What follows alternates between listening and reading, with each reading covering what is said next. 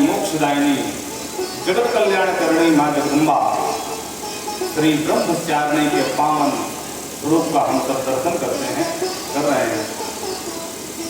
और माँ की बड़ी अनुकंपा है, तो आप सब यहाँ पधारे हैं और उन्हीं की ही कृपा का ये फल स्वरूप साथ है, जो माँ के ही लीला चरित्र का गान करेंगे। आइए पहले अपने आराध्य के चरणों में प्रस्तुति प्रदान करें। वाग सुमन, वाग मने पाड़ी सुमन,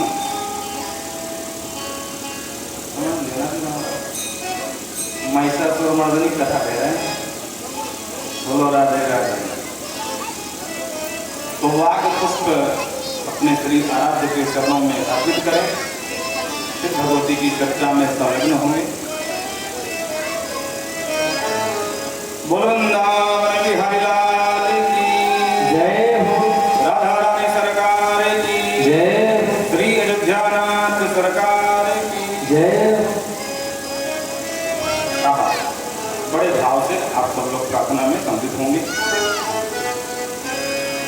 जय राम रमा रमणं समनं, जय राम रमा रमणं समनं, भवताप भयाकुल पाहिजनं, भवताप भयाकुल पाहिजनं।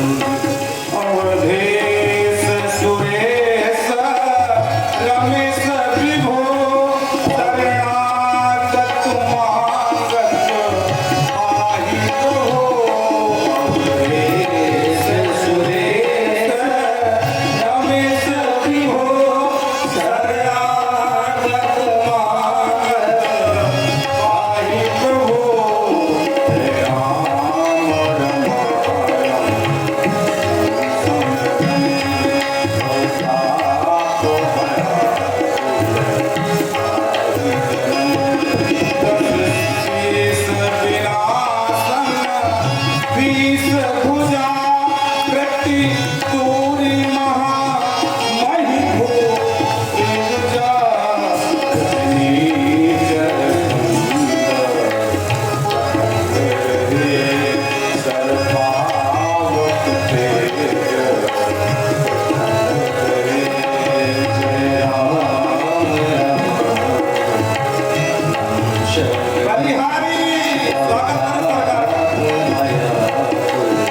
जय राम रमा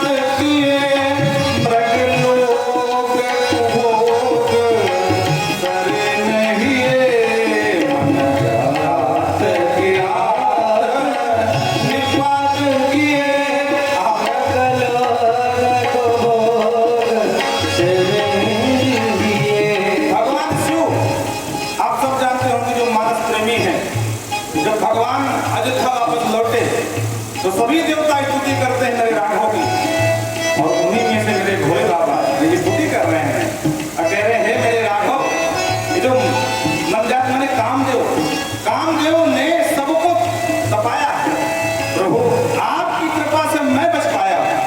बोलो राधे राधे।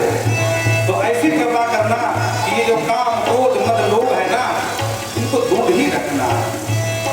मन जात की रात निपात किए मृग लोक भोग सरे नहीं मृग लोक भोग जवे नहीं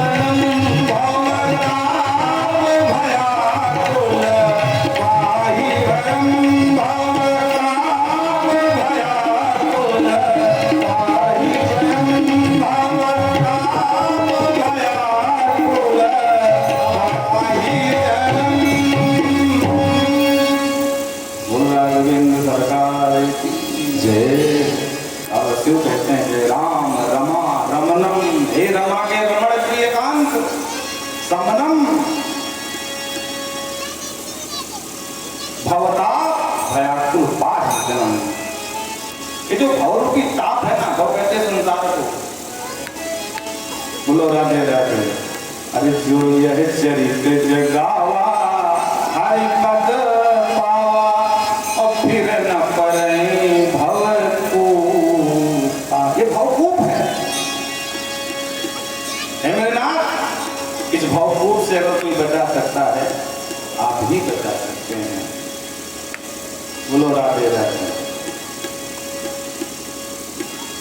कल हम सब ने भगवती परमला राजराजेश्वरी माँ के दिव्य देवी भागवत के अंतर्गत चरित्रों का श्रवण लाभ प्राप्त किया। कथा को वहीं से प्रारंभ करते हैं। वृंदावन बिहारी लाल की जय, राधा रानी सरकार की जय। तो कल सूची कहते हैं कि पठन जो वेद दक्षिणी भवे अबाहु प्रजा तो धरणी पतिस्या। सूची कहते हैं ऋषियों, जो इस देवी भागवत का पठन करेगा, दूसरों को श्रवण कराएगा, वो वेदग्रणी भवे, विद्वाओं में अग्रणी हो जाएगा। बोलो राधे राधे। कल यहीं पर कथा को समापन दिया था इसी श्लोक के साथ। और आगे सत्राजितः भोजवंशी द्वारवत्यां सुखं वसे शूरस्याराधने युक्तो भक्तस्य परमासखा। सूर्य कहते ऋषियों, माँ भगवती के महत्व का गान कहाँ तक किया जाए। इनकी महिमा अतुलनीय है, ऐसा कोई नहीं है जो इनकी शरण ग्रहण न करता। अच्छा, आपने देखा होगा भगवान शिव, अच्छा शिव में अगर शक्ति को हटा दो तो क्या बचेगा? 100। शक्ति के बगैर शिव भी 100 हो जाते हैं। अगर शिव में कुंडली शक्ति न हो, कुंडलिनी, वो 100 हो जाएंगे। राम जी को जब मनु महाराज कामना करने लगे, राम जी बार बार ब्रह्मा विष्णु महेश आए, राम कथा में नहीं जाएंगे। अंत में राम जी आए, भगवान ने कहा क्या चाहे तो राजन? बोले चाहो तुम समान सुख प्रभुपन कौन दुरा, आप जैसा बेटा चाहिए। भगवान ने कहा भैया हमारे जैसा हम ही हैं, दूसरा कोई है नहीं, आप सब इस्लाम खो जाओ जाए, लेकिन चिंता मत करो, तुमने तपस्या करी है और बेटा बनेंगे भाई। बोलो राधे राधे। आपके पुत्र बने, लेकिन अकेले आकर हम क्या करेंगे? क्यों सरकार आप अकेले नहीं आ सकते? ना ना ना, हम अकेले आकर कुछ करने में सामर्थ्य नहीं है। आदि सृष्टि जहाँ जग उपजाया, आदि सृष्टि जहाँ जग उपजाया, सो अवतरिय मोर यह माया, सो अवतरिय मोह माया, देवी पूजन कर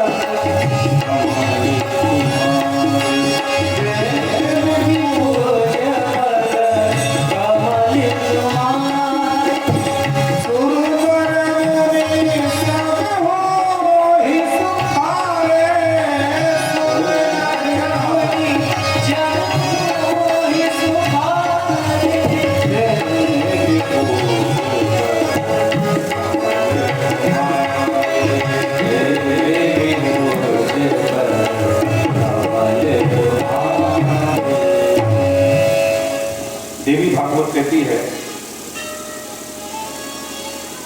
एक समय की बात है, ब्रह्मा विष्णु महेश तीनों मां देवी का आराधन करने लगे और मां देवी प्रसन्न हो गई, दर्शन दिया। सबसे पहले शंकर जी के सामने खड़ी हुई, शंकर जी से पूछा क्या चाहते हो? तो शंकर जी ने जो देवी का दर्शन किया, माँ के 3 नेत्र हैं, बड़े ध्यान से सुनना। हाँ, माँ भगवती के 3 नेत्र हैं। बोलो राधे राधे। जितने देवताओं के सब मिलाकर के अस्त्र है ना, वो सब माँ के अकेले के हैं। त्रिशूल लो, गदा लो, खड्ग लो, तलवार लो, धनुष बाण, क्या नहीं उनके पास। ये सब उधार लिए घूमते सारे देवता। बोलो राधे राधे। जिस दिन चाहे ले खींच लेता हूँ। तो भगवान शंकर ने दर्शन किया, अद्भुत रूप मां भद्रकाली का, 3 नेत्र हैं। भगवान शिव ने बार बार देखा, अरे मेरे तो 2 ही नेत्र हैं, इनके बीच में भी तीसरा नेत्र है, क्या करूं? तो पट से बोले, माँ और कुछ नहीं चाहिए, बस अपना जो तीसरा नेत्र हमें दे दो। बोलो राधे राधे। माने तथास्तु कह दिया, जाओ आपको हमने तीसरा नेत्र दिया। और ऋग्वेद का बड़ा प्रसिद्ध मंत्र है, त्र्यंबकम यजामहे सुगंधिम पुष्पवर्धनम उर्वारुकमिव बंधनान् मृत्योर्मुक्षीयमामृता। त्र्यंबकम मेरी अम्बा ने दिया भाई तीसरा नेत्र। बोलो राधे राधे।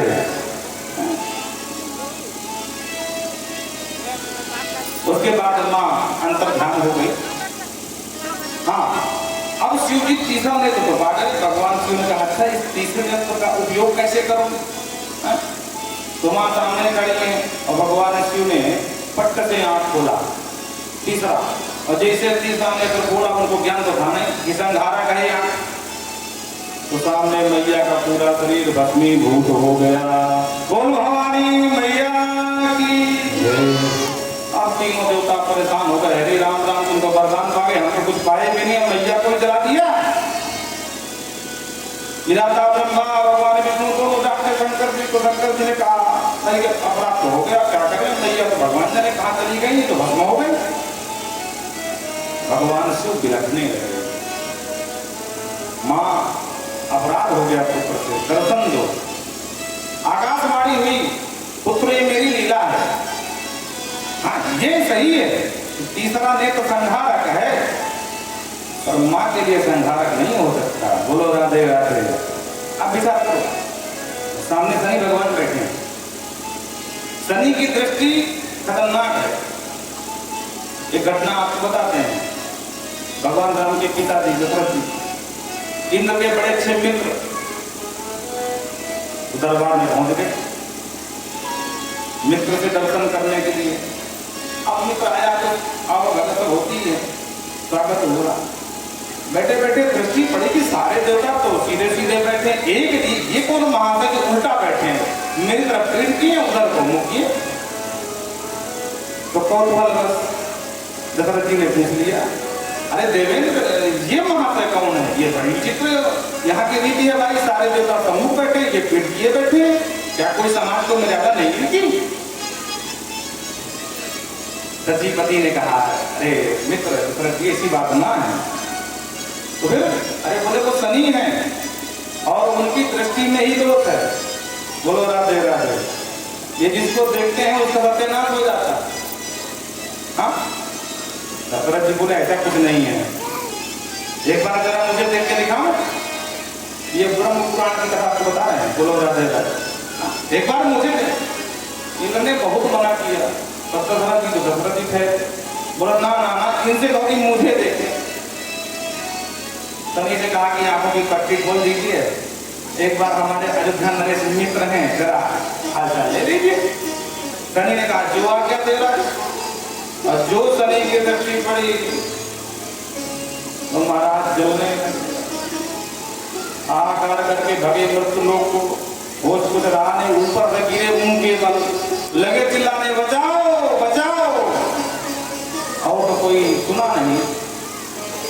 और एक पक्षी थे जिनका नाम था जटाई, उन्होंने सुना, दौड़ करके पूरे वेग से दौड़े। ये बड़े बलवान थे दोनों भाई।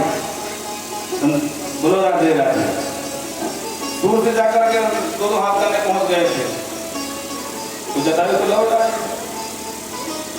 तो कहने का मतलब दौड़ करके अपने पंखों में पीठ पर बिठाया, तब जान में जान आई। तब बच्चे ने बोले अरे राम राम, ये शनि तो बड़ा खतरनाक है। तभी जाकर के शनि कृत दशरथ स्तोत्र है। अगर किसी को शनि परेशान करता हो तो आप ईमानदारी का पाठ करिए, नित्य करिए, आपको बहुत जल्दी शीघ्र लाभ मिलेगा। शनि के प्रकोप से बचने के लिए उन्होंने इसकी रचना करी और इसका पाठ किए, तब जाकर के शनि प्रसन्न हुए। दशरथ जी बोले आज खाई जो खाई, आगे खाए तो राम दोहाई, आज के बाद हमारी तुम्हारी राम राम है, तुम निकलो यहाँ।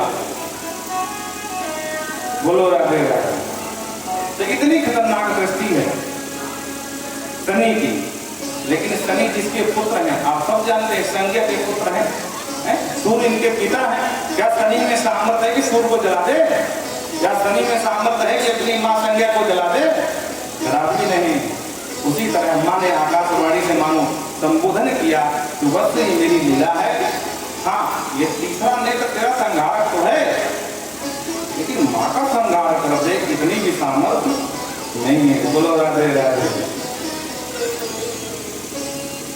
कहते हैं कि उसी भस्म से, तो मां भगवती की भस्म थी, उसी से 3 पिंड बनाए गए।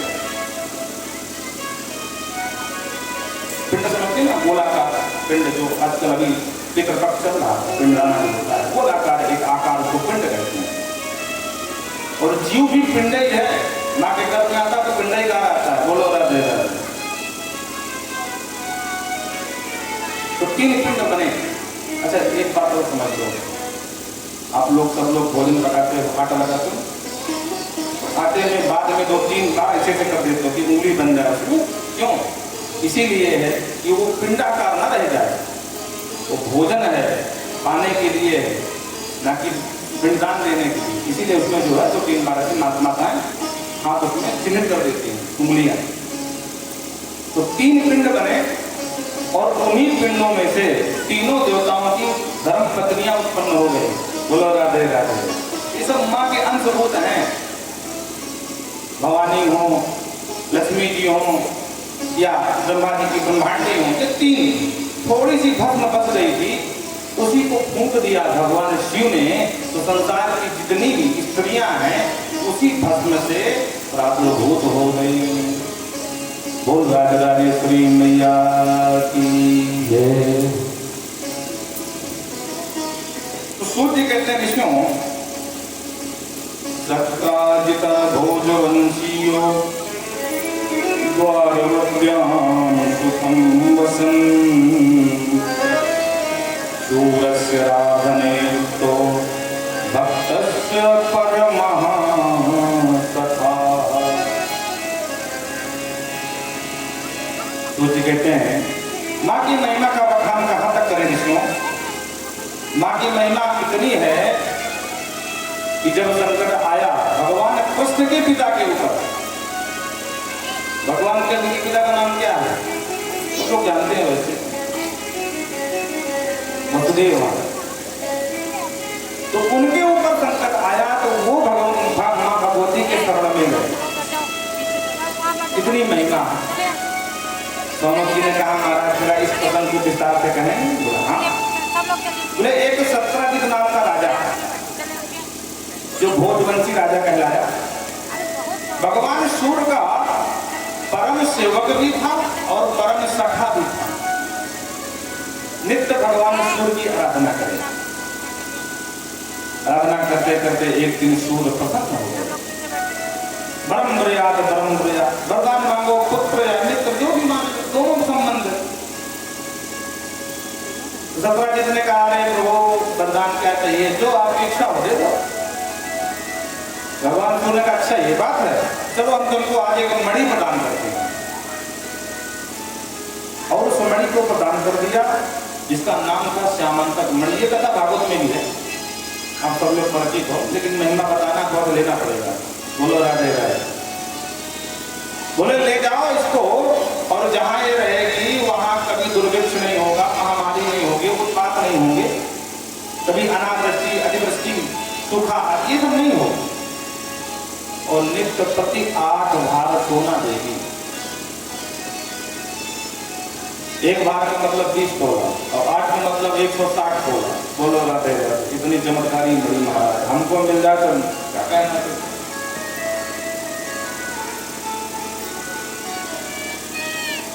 बड़े प्रेम पूर्वक ये भैया लाइट आ गई हो देख लेना। नहीं हमको उसने करना बदल देंगे। हाँ सब देखना पड़ता है। तो मणि को पहना दिया गले। इतना चमकती थी मणि जैसे भगवान सूर्य के समान, क्योंकि सूर्य की दी हुई मणि है।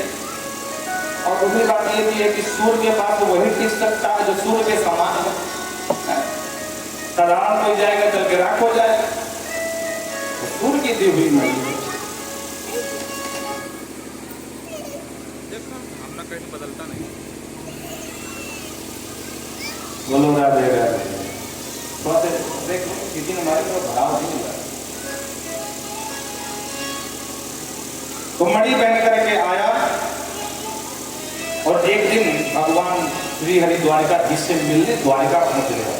तो जी कहते हैं कंठे धार्य द्वारकाम जगह महा, कंठ में पहन करके और द्वारका को मिलने पहुंचे। तो द्वारिका वासियों ने देखा तो बड़ा विस्मय हो गया। उस मणि के प्रकाश से सब लोग चकित हो गए। अरे ये तो भैया गजब हो गया, जो कभी नहीं आए दरबार में वो भी हाजिर लगाने आ रहे हैं। लोगों ने कहा कौन? बोले देखो ना साक्षात सूर कले आ रहे हैं। बोलो राधे राधे। सबने 17 दिन को भगवान सूर ही समझा। क्या चलने तो कोई बात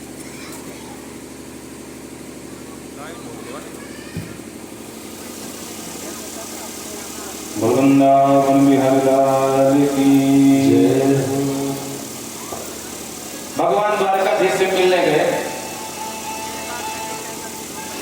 अरे तेरी मंद मंद मुस्कनिया पे आओ, द्वारकाधीश का स्मरण हो आया। बैठे भी सरकार हो जाए नहीं। हाँ, ओ तेरी मंद मंद मुस्कनिया पे बलिहार प्यारे, जो बलिहार प्यारे।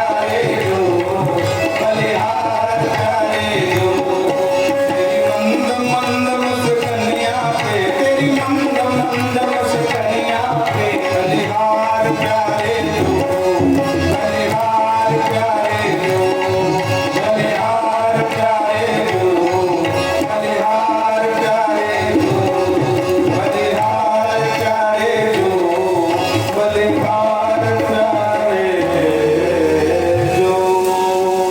वो द्वारकाधीश भगवान की जय हो। तो जैसे ही शंकराचार्य द्वारका में पहुंचा, वहां के लोगों ने देखा तो ब्रह्म हो गया। भगवान द्वारकाधीश सरकार के पास पहुंचे, दौड़े दौड़े, सरकार गजब हो गया।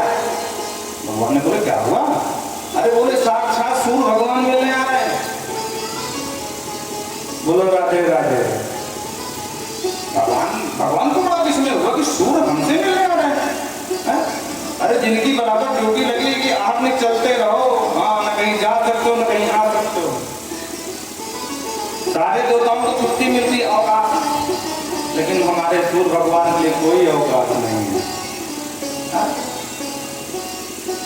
आहार निश्च चलते रहते हैं।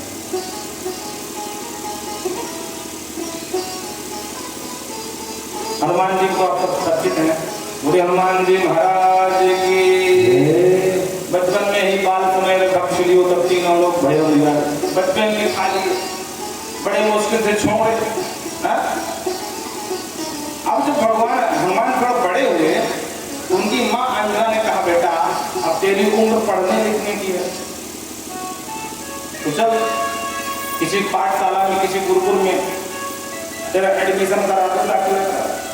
हनुमान बोले हाँ ठीक है माँ चलो।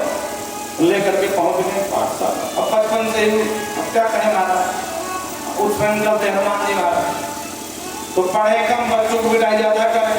तो गुरु जी हाथ जोड़े, मैया हम सबको पढ़ा दें, लेकिन ये तेरा लाला हमारे बस का, हम हनुमान को न पढ़ा रहे हैं। अब अंजनी माँ परेशान हो गई कि इसको पढ़ाएगा कौन? इसका तो जीवन व्यर्थ हो जाएगा। विद्या विहीनम पशु भीता, विद्या विहीन तो पशु के समान है। क्या करो? बहुत लोगों के पास गए पर किसी ने स्वीकार नहीं किया। इनकी उदरता को देख करके बचपना वैसे भी खतरनाक होता है, सब हनुमान की होते हैं नाराज। तो एक दिन अंजलि मान हनुमान जी ने कहा माँ हमें कोई पढ़ा नहीं रहा है, क्या करूं, कैसे पढ़ूं मैं? अंजलि माँ ने कहा एक गुरु है, लेकिन वो स्वीकार नहीं करेंगे, वो पहले तुम डरे बैठे हैं। बोले कौन? बकुल बोले भगवान सूर्य, उनसे तब विद्वान कोई नहीं और उनके पास समय नहीं बेटा। अगर स्वीकार कर लें तो पढ़ ले जा करके। हनुमान जी ने कहा आप चिंता मत करो। तो हनुमान जी पहुंच गए, भगवान सूर्य चले आ रहे थे और हनुमान जी पहुंचे सामने से। भगवान सूर्य ने जो देखा हनुमान जी को तो थोड़ा विस्मय हुआ, क्योंकि बचपन में बाल अवस्था में उलझ लिए थे। हनुमान जी ने कहा भैया कौन, हमारा रास्ता छोड़ो। बोले महाराज मैं आपकी शरण में आया हूँ, पहचान लो मैं वही हूँ जो बचपन में आपको फल समझ करके। तुरंत सूर्यदेव सावधान हो गए, राम राम ये दोबारा क्यों चला है? बोले भैया तुझे मुझसे क्या चाहिए, तू जाए यहाँ पे। हनुमान जी बोले चिंता मत करो, कोई डरने की बात ना है, अब हम तो गुरु जी बनाने आए हैं, अब हमको चेला जी बना दो। बोलो राधे राधे।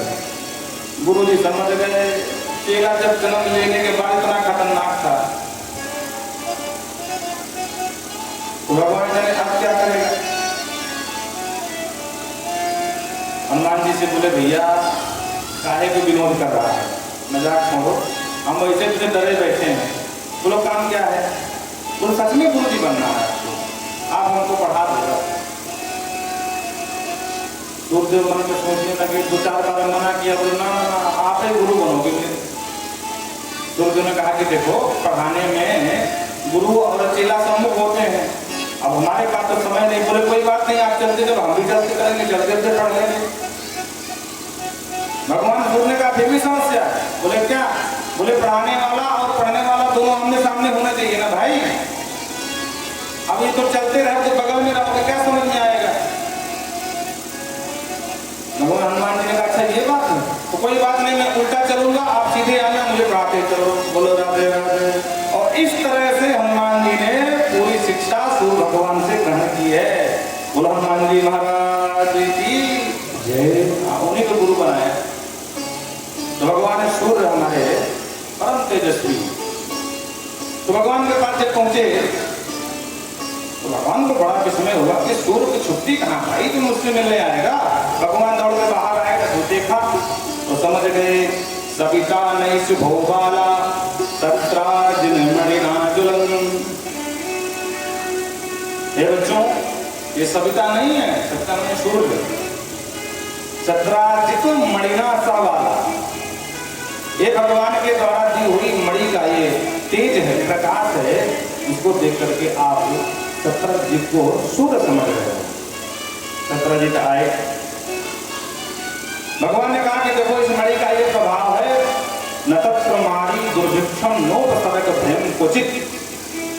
ये मणि जहाँ रहती है, जिस राज्य में या प्रदेश में रहती है, वहाँ कभी महामारी, कोई बीमारी, कोई कोरोना, ये सब नहीं फैलता, सब चक रहता है और 8 बार सोना मिलता ही मिलता है।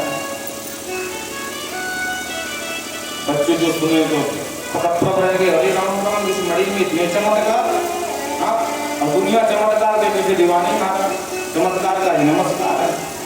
बोलो राधे राधे। अभी हम व्यास गति से कहते हैं कि कल आपको एक एक पुड़िया बांटी जाएगी, उस पुड़िया को जो ले जाएगा तो धन संपत्ति बरसेगी महाराज। देख लेना कल से फतेहपुर पूरा खाली हो जाएगा, सब यहीं आ जाएंगे। जबकि उस पुड़िया में भले कुछ हो या ना हो, पर हम कहेंगे क्योंकि दुनिया चमत्कार के पीछे दीवानी। सत्रजित मिले, भगवान से कुछ राजनीतिक चर्चा भी करी और जब मिल करके चलने लगे, जो द्वारकावासी बालक थे वो आए और आकर के सत्रजित से कहा कि राजन, हमारी एक इच्छा है। हाँ हाँ बोलो, क्या इच्छा है? बोले जो आपकी मणि है ना, बड़ी चमत्कारी, और चूंकि द्वारकाधीश के हम आनंद भक्त हैं तो हम चाहते हैं कि ये मणि आप हमारे द्वारकाधीश को दे दीजिए। उनके गले में ज्यादा शोभायमान है। सत्रजित मुंह बनाकर कहता, दिमाग खराब तो हो, शरीर तपाया मैंने, तपस्या किया मैंने, और मणि फ्री में दे दे तुम्हारे स्वामी को। मोर कहीं के डांटते हुए महाराज उसको 2 टूक मना कर दिया, मणि को नहीं दिया, चला गया। इसका एक छोटा भाई था प्रसेन, उसने कहा भैया जब से मणि आई है मेरे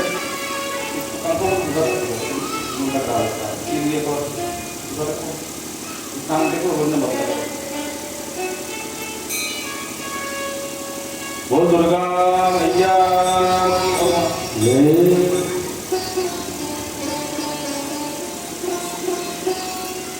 तो 2 टूक मना कर दिया। जब घर गया तो भाई ने कहा कि भैया ये मणि आप रोज पहन के घूमते हो, एक दिन मुझे भी दे दो, थोड़ा मैं भी थोड़ा पहनना चाहता हूँ पहन कर। हाँ हाँ ले जा, कोई बात नहीं है। और मणि पहन करके सत्रजित चल दिया महाराज शिकार खेल। शिकार तो कुछ मिला नहीं, पर स्वयं शिकार हो गया। ये एक शेर ने देखा, तो आप सब जानते हैं कि शेर को अग्नि से ज्यादा भय लगता है, और अग्नि देख करके क्रोधित हो जाता है बेचारा शेर। तो शेर ने देखा, बोले ये कौन है? महाराज कहना क्या था, तुरंत आक्रमण कर दिया, इसको मार डाला। मणि को मुंह में दबा करके निकल गया। जंगल में भ्रमण कर रहा था शेर के सामने से हमारे ऋक्ष राजामंत्र टहलते टहलते आ गए। उन्होंने देखा कि अरे इतनी बहुमूल्य मणि शेर के पास कैसे आ गई भाई? तो शेर ने ये तो किया, शेर को मार दिया और मणि लेकर के अपनी गुफा में चले गए। हाँ, सत्रजित घर नहीं लौटा तो प्रसेन, तो बड़े भाई सत्रजित को चिंता हुई। अब 1 दिन हो गया, 2 दिन हो गया, सब जगह ढूंढ डाला, रिश्तेदारी में जहाँ जहाँ उसको यहाँ कि पहुँच सकता है, और कोई अता पता नहीं चला। तो एक दिन अपने पत्नी से कहा कि देखो कोई प्रमाण तो हमारे पास है नहीं, लेकिन मुझे लग रहा है कहीं न कहीं मेरे भाई की हत्या हुई, और वो भी हत्या क्यों हुई है? मणि के पीछे। और किसने किया ये भी मैं जानता हूं। पत्नी ने कहा चल बताओ किसने किया है। बोले रहने से बात फैल जाएगी, बड़े लोग हैं कौन उनसे, अब क्या है जो भाई चला गया तो गया, तो नहीं मैं किसी से नहीं कहूँ, मुझे तो पता चले कि मेरे देवर को किसने मार डाला। तो तुरंत ने कहा किसी से कहना नहीं, द्वारकाधीश ने हत्या कराई।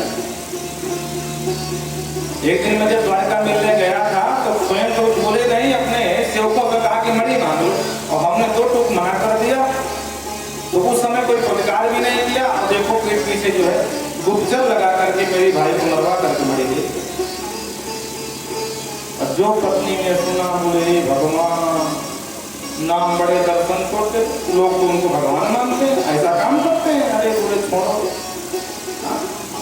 हाथी के दांत खाने के अलग दिखाने के अलग होते हैं भी, पर किसी से कहना नहीं, कोई प्रमाण नहीं, बड़े लोग हैं, कौन झंझट में पड़ेगा। पत्नी ने कहा बिल्कुल नहीं कहूँ।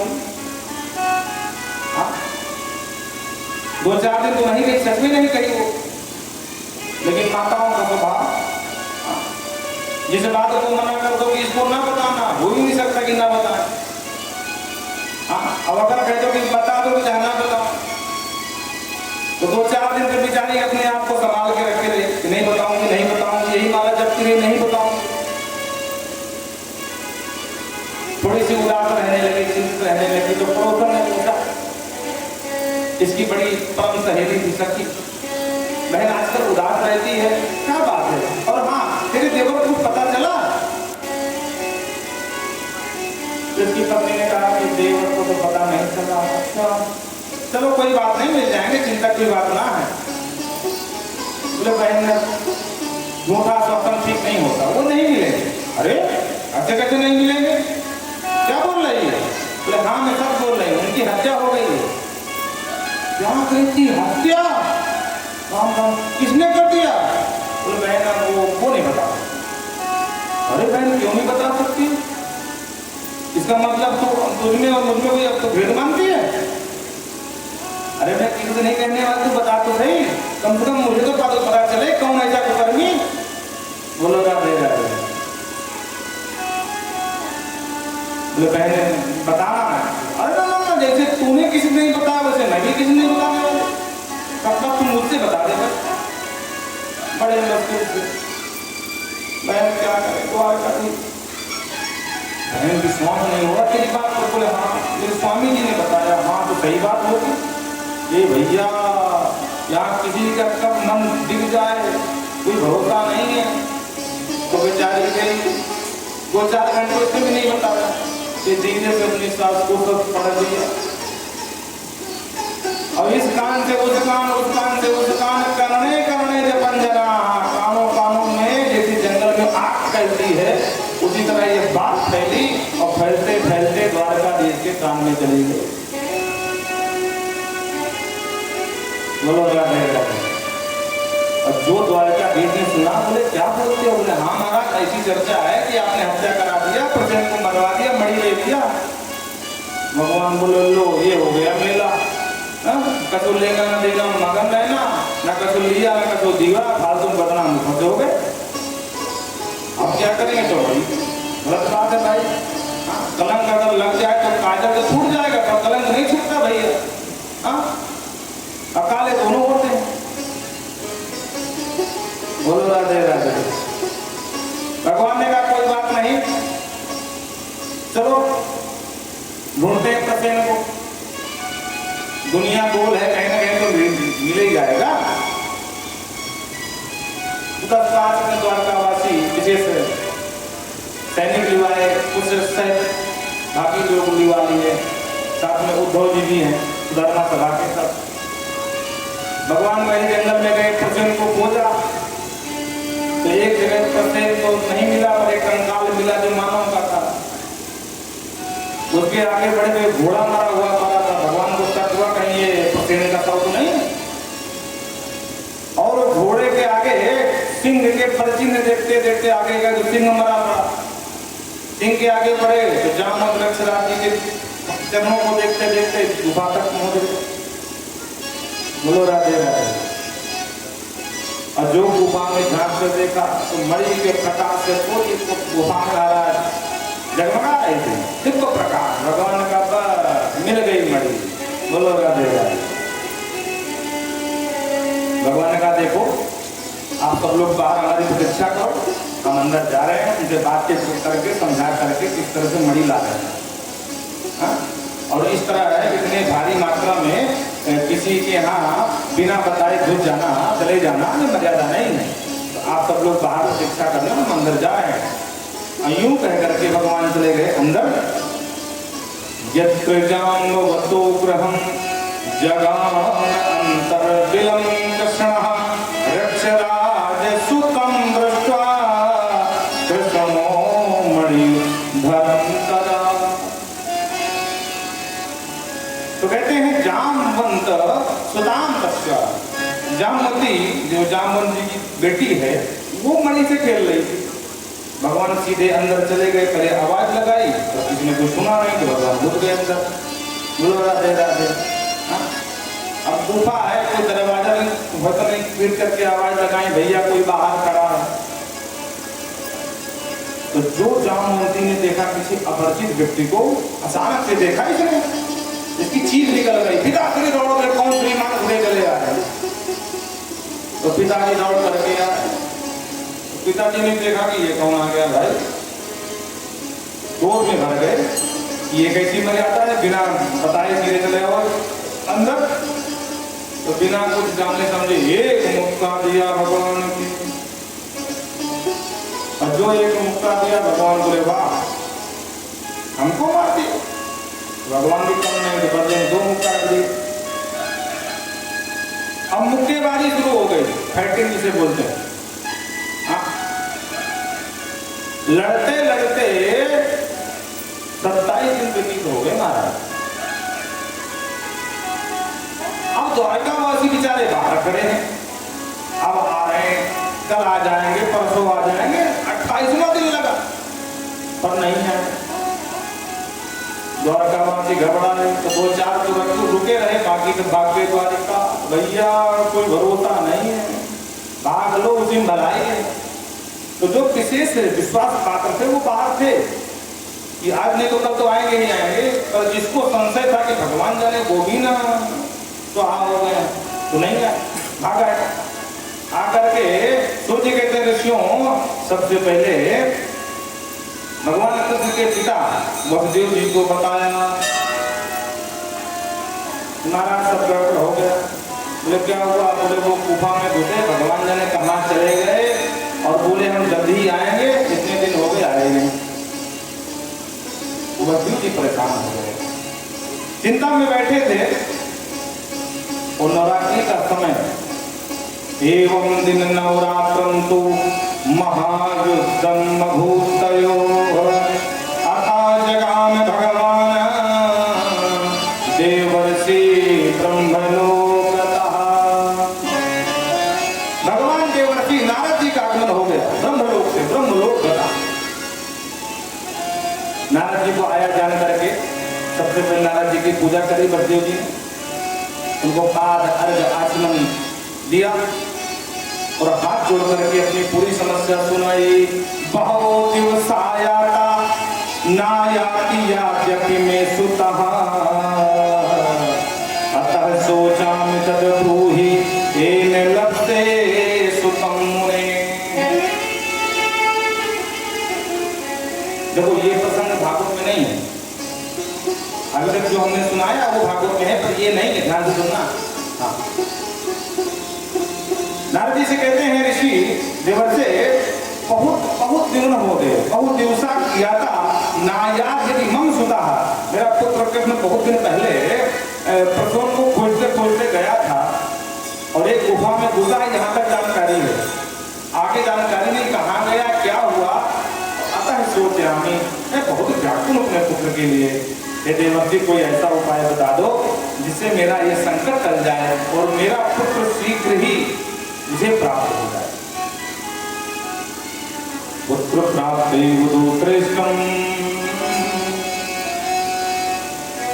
नारद जी ने कहा वसुदेव जी बिल्कुल चिंता की कोई बात ना है, दिव्य नवरात्रि का पर्व है और अगर पुत्र प्राप्त करना चाहते हो तो देवी आराध्य अंबिका, जाओ माँ अम्बा की आराधना करो, नवरात्रि में 9 दिन तक व्रत रहो और उनकी देवी भागवत का कथा का श्रवण करो।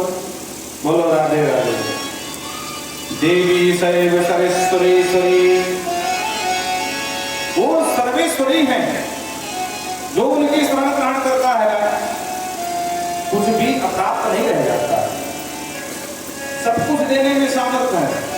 अब प्रेम से उनके शरण में जाओ और जाकर के एक बार मांग के देखो। नवरात्र विधान संपूज्य जगदम्बिका, नवरात्रि का विधान से आप व्रत रहो, जगदम्बा का पूजन करें। और मां जगदम्बा अपने भक्तों की दुर्गति का नाश करने वाली है, इसीलिए उसका एक नाम है दुर्गा। बोल दुर्गा मैया की जय हो, शारदा मैया की जय हो, श्रीमद्देवी भागवत महापुराण की जय हो। ततो यासा भगवती दुर्गा भक्त दुर्गति नाशनी, उस समय भक्तों की दुर्गति का विनाश करने वाली है। राजन जाओ और उनकी कथा और उनका पूजन करिए। बोलो राधे राधे। प्रसन्ना है मुने कारण सिद्धस्तु भविष्यति, और प्रसन्न हो जाओ, आपका मनोरथ अवश्य सिद्ध होगा।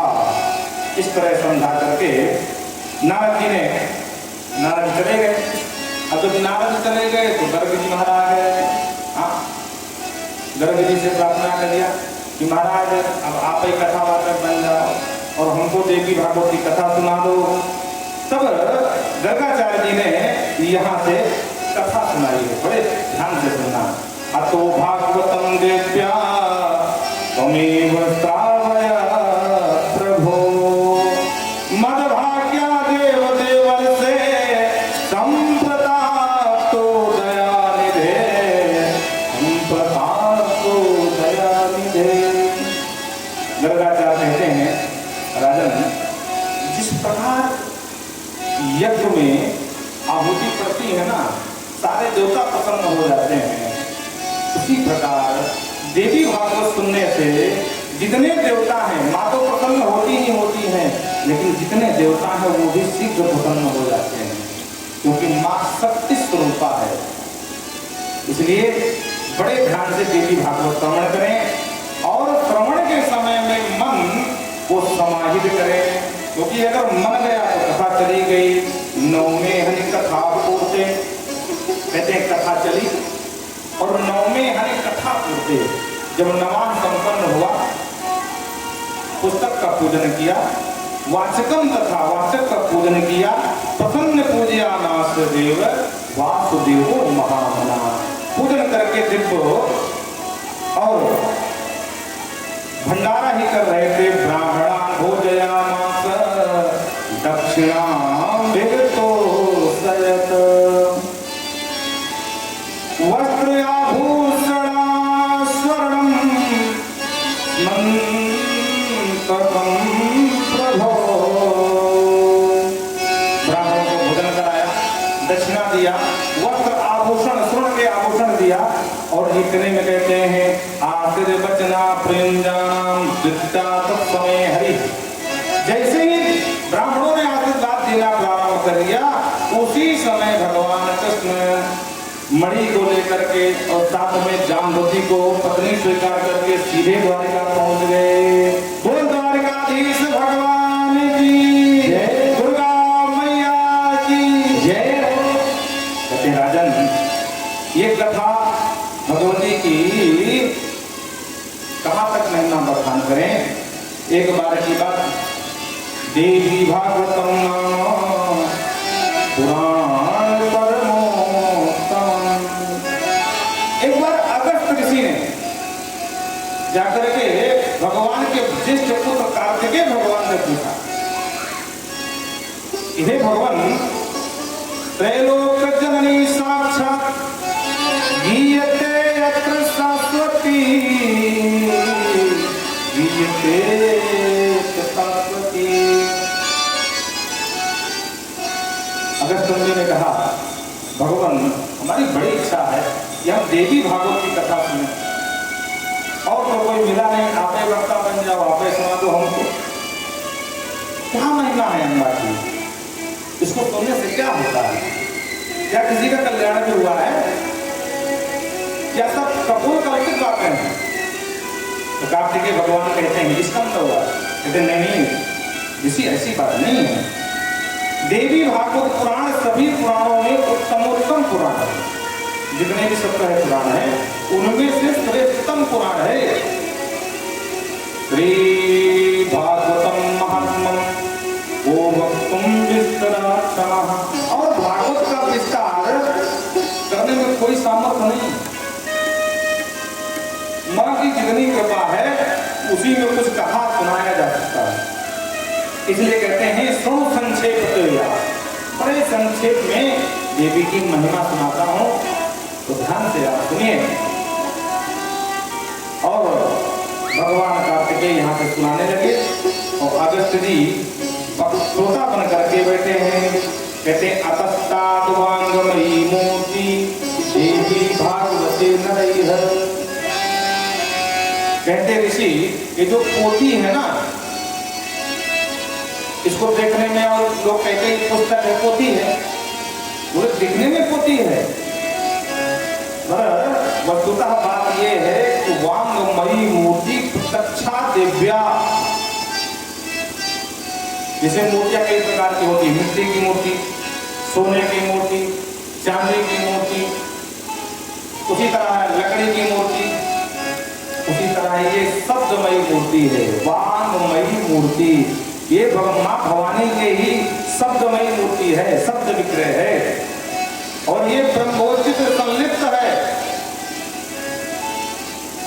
जो भी एक बार इसकी शरण में आ जाए तो जन्म जन्मांतर का जो बार बार जन्म लेना, पुनर्जन्म पुनर्मरण पुनर्जन्मी जठरे शयनम, ये जो बार बार का काल चक्र है उससे जीव छूट जाता है। सोनपत्यो परिदिष्टम वसिष्ठान्तो नृपः। कहते हैं कि एक समय की बात, महाराज विवस्वान सूर के वंश में श्राद्ध देव मनु हुए, जिनकी पत्नी का नाम श्रद्धा देवी हुआ। अब इनके कोई संतान नहीं हुई। जब संतान नहीं हुई तो इन्होंने वशिष्ठ जी को, जो कुल पुरोहित थे, उनसे पुत्र काम में यज्ञ कराया और उस यज्ञ में संकल्प किया कि हमें पुत्र चाहिए। यज्ञ संकल्प, यज्ञ पूर्ण हो गया पर पुत्र नहीं हुआ, पुत्र की जगह पर पुत्री हुई माता। अब श्राद्धदेव मनु घबरा गए कि ये कैसा भाई यज्ञ है, हमने संकल्प तो पुत्री के लिए किया था, ये पुत्र कैसे होगा, पुत्री कैसे होगी, पुत्र होना चाहिए। तो गुरु जी को बुलाया, गुरु जी कहाँ खा गए वो धोखा।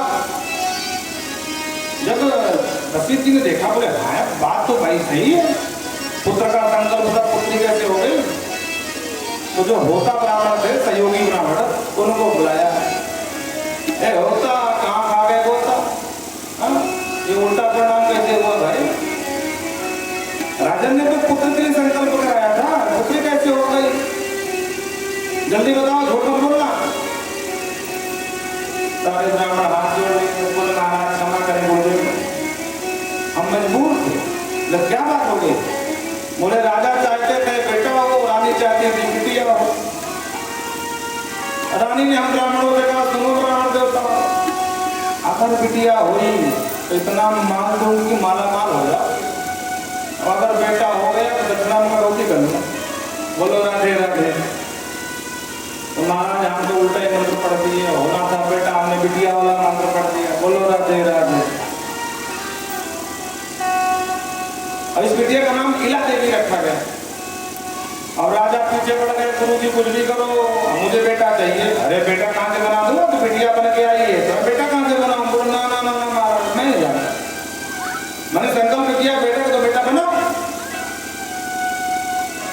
अब गुरु जी ने कहा अरे भाई मैं कैसे ये विधाता का ब्रह्मा का विधान कैसे बदल दूं? बोले ना ना मैं कुछ नहीं जानता, मुझे बेटा चाहिए। मुझे जान में हम मैं कुछ नहीं जानता, मुझे बेटा बना कर दो। अब वशिष्ठ जी के पैर पकड़ लिया, हाथ छोड़े न कल। वशिष्ठ जी ने कहा अच्छा चेला मिला। अंत में जब सर पटकने लगा चरणों में, सग्रे शोक मूर्छिता, मर जाऊंगा गुरु जी नहीं बेटा बनाओ, मुझे बेटिया नहीं चाहिए। तो वशिष्ठ जी ने कहा चिंता मत करो, गुरुताग्र संस्कार सुदुम्नो मनोमतु, जाओ हमारा आशीर्वाद है तुम्हारी बिटिया ही बेटा बन जाएगा। और ये सचमुच बेटा बन गया, नाम हुआ सुदुम्न। बोल सुदुम्न जी महाराज की जय हो। बड़े प्रतापी राजा महाराज सुदुम्न हुए, बिटिया को ही बेटा बना दिया। तब बेटा बना एक दिन ऐसी हो गई, एक दिन मर गया आया, हम शिकार खेलने के जंगल में गया, तो शिकार तो कोई मिला नहीं, एक जंगल दूसरे जंगल में, और ऐसे जंगल में पहुंचा जहां भगवान शिव और भवानी उमा का निवास था। तो वहां जैसे ही पहुंचा, पानी की प्यास लगी, एक तालाब था वहां, तो पानी पीने के लिए घोड़े को उतार दिया, खुद पानी पिया, और जैसे ही पानी पीकर बोला बड़ी गर्मी भाई थोड़ा नहा लो, एक डुबकी लगाया तो बेटा में फिर बिटिया बन गया। बोलो ना देगा, इसका जो घोड़ा था वो घोड़ी बन गई। अब बेचारा बनकर के महिला कस्मिंश्चित् समये यत्र भारया पणया सह आरामदेवस्तो शंकरो भगवानि मुदा। सोमवती चौंके, सोमवती ने कहा महाराज आप क्या कह रहे हो, फिर बेटिया बन गए? बोले हाँ। बोले ये कैसे संभव है? बोले संभव है, जिस जंगल में ये गया था वो जंगल है भगवान शिव शंकरो, भगवान शंकर का था वो। और एक दिन भगवान शंकर माँ पार्वती एकांतिक कुछ था नहीं तो बैठे थे, भगवान शिव ने माँ की गोद में अपना सिर रख करके इस अवस्था में थे। इतने में कुछ संत निकले वहां पे, अचानक माँ की दृष्टि पड़ी, बेचारी लजा गई। अरे राम राम बताओ, ये कोई मर्यादा है? आप कुछ व्यवस्था करो, अब बताओ। मतलब स्वामी जी ने देख लिया, महात्माओं ने देख लिया, तो भगवान शिव ने अपने भवानी को संतुष्ट करने के लिए श्राप दिया था कि आज के बाद प्रिया प्रियमक्षियो शरणम सदापहा, आज के बाद जो भी यहाँ आएगा और आते ही यहाँ पर योषित हो जाएगा, जो माने महिला बन जाएगा। तो पूर्व का श्राप था राजन, अथा सा सुंदरी योषा वजदार बने बने। अभी जंगल में घूमने लगी, इसका जो घोड़ा था वो घोड़ी बन के घूमे मारा। घूमते घूमते एक आश्रय के लिए एक आश्रम दिखाई पड़ा, वहां पर पहुंची, तो वहां पर बुद्ध से इसका संपर्क हो गया। बुद्ध के आश्रम में रही, बुद्धाश्रम करने हो कुमारम शोक नंदन। बुद्ध को आप सब जानते हैं कि चंद्रमा के पुत्र हैं, शोक नंदन कहलाते हैं। बोलो राधे राधे। तो उन्हीं के आश्रम में ये रही। निवेश भक्त शरणो पुष्पम भिक्षति, और वहां रह करके कईयों पुत्रों को जन्म दिया। बोलो राधे राधे। और ये बात जब गुरु जी को फिर पता चली तो गुरु जी परेशान कैसे सुनाना, बोले हे प्रभु ये क्या विडंबना है, एक बार पहले बिटिया भाई मैंने बेटा किया फिर बिटिया हो गया हो। बोले हाँ। सारे प्रजा के लोग दौड़ करके आए, बोले गुरु जी कुछ भी करो, हमारे महाराज को बुलाओ। भगवान शिव को मनाने लगे, हे प्रभु अब उसको आप